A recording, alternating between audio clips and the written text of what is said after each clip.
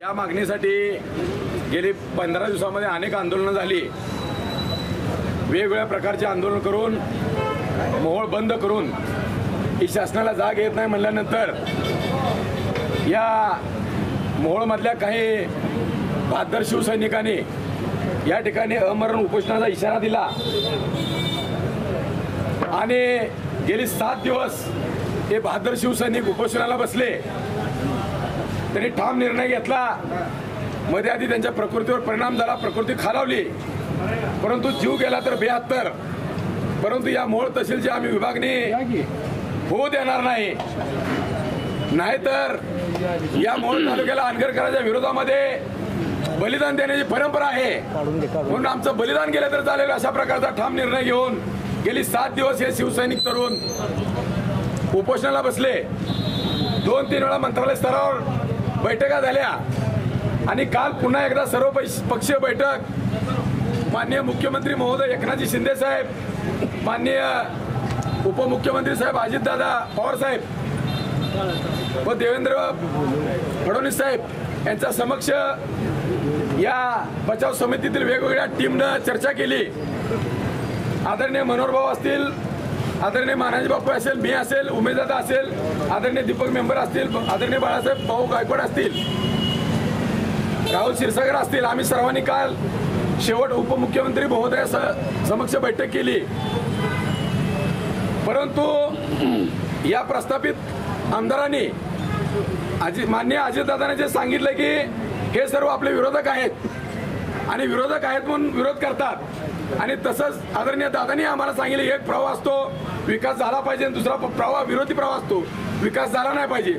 मग आम्ही भाऊने उमेशदादांनी मेंबरने आम्ही त्यांना पटवून दिलं की दादा याच्यामध्ये 2 प्रवाहाचा काही विषय नाहीये किंवा याच्यामध्ये कुठलंही राजकारण नाही, ही भौगोलिक परिस्थिती आम्ही तुम्हाला सांगतो ती पहा।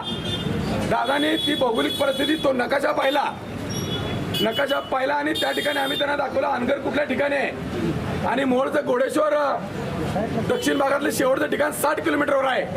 हे दाखवल्यानंतर त्यांनाही वाटायला लागलं की खरोखर याच्यामध्ये काहीतरी गौडबंगाल आहे, आणि म्हणून त्यांनी सांगितलं की ज्यावेळेस आम्हाला पुढच्या आठवड्यात वेळ मिळेल त्यावेळेस आम्ही प्रशासकीय माध्यमातून हे सर्व अहवाल समोर ठेवू।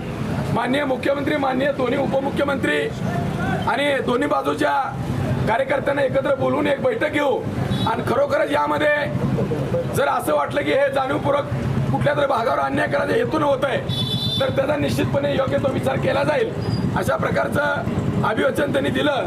आणि खरोखरच आम्ही प्रत्यक्ष दादांना ज्यावेळेस भेटलो, अजितदादांना ज्यावेळेस भेटलो त्यावेळेस आमच्याही लक्षात आलं की कुठलंही दादा याच्यामध्ये कुठलंही राजकारण करत नाहीये, फक्त त्यांना मिसगाईड केलेला आहे, हेतुपूर्वक त्यांना वास्तव लपवून ठेवलेला आहे आणि हा निर्णय केलेला आहे। आणि म्हणून आमच्याही मनाची समजूत झाली की कुठल्याही परिस्थितीत या तहसील कार्यालयात विभाजन होणार नाही, आणि जर झालं तर अन्य ठिकाणी होईल, परंतु अनगरला तर होणार नाही अशा प्रकारची आमचे सर्वांची ठाम भूमिका झाली।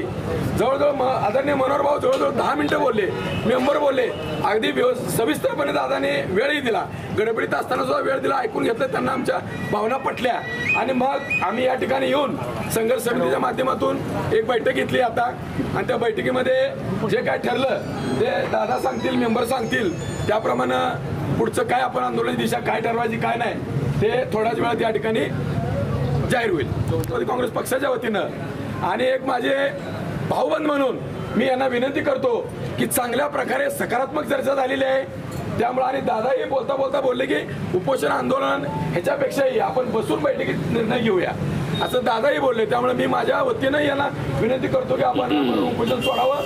तुम्ही 7 दिवस जे जीवाची बाजू लावून या तालुक्यात लढला त्यावेळेस तालुका तुमच्या ऋणात आहे, तुमचं ऋण तालुका कसा मी विसरणार नाही, एवढंच मी तुम्हाला विनंती करतो, आणि आपण उपोषण सोडावं अशी नम्र विनंती करून 2 शब्द